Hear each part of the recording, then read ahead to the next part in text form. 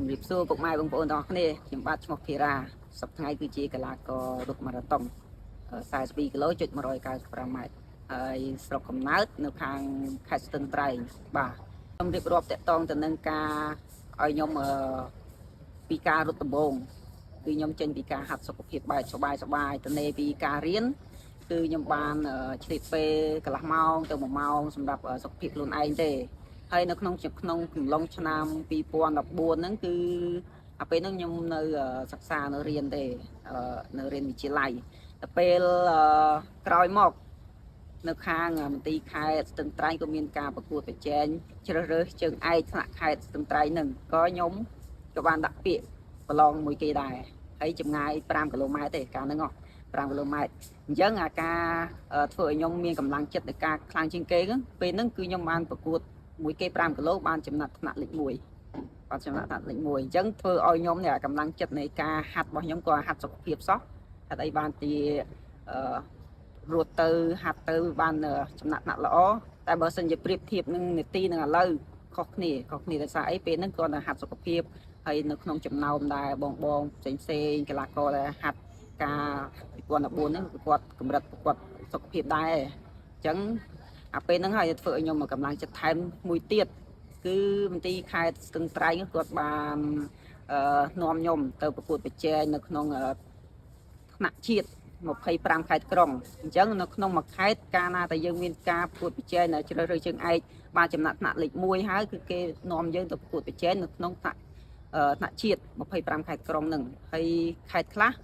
គេមានកីឡាករ2នាក់អញ្ចឹងទៅក្នុងមួយវិសា5គីឡូហ្នឹងខេត្តខ្លះមានតែម្នាក់អញ្ចឹងទៅអញ្ចឹងការប្រកួតប្រជែងហ្នឹងគឺចាប់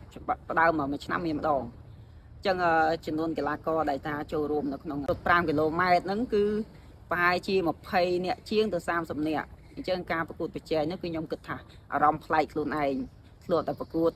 នៅក្នុងថ្នាក់ខេត្តខ្លួនឯងជ្រើសរើសថ្នាក់ខេត្តខ្លួនឯងនៅពេលឥឡូវនេះបានប្រកួតប្រជែងនៅក្នុងថ្នាក់ជាតិ25ខេត្តក្រុងអញ្ចឹងជួបកីឡាករប្លែកពីគ្នាយើងគិតថាអត់ដឹងថាយើងនេះលេខ1មួយក៏ពីខេត្តណាលេខ1ឯងពេលហ្នឹងបន្ទាប់មកចាប់ផ្ដើមចេញដំណើរនៃការរត់5គីឡូប្រកួតប្រជែង5គីឡូរត់ចេញដំបូងខ្ញុំប្រហែលជា2គីឡូកន្លះទៅ3គីឡូខ្ញុំនៅក្រោយគេប្រហែលជាអាចខ្ញុំបន្ទាប់ពីគេប្រហែលជាលេខ4លេខ5ទេពេលហ្នឹង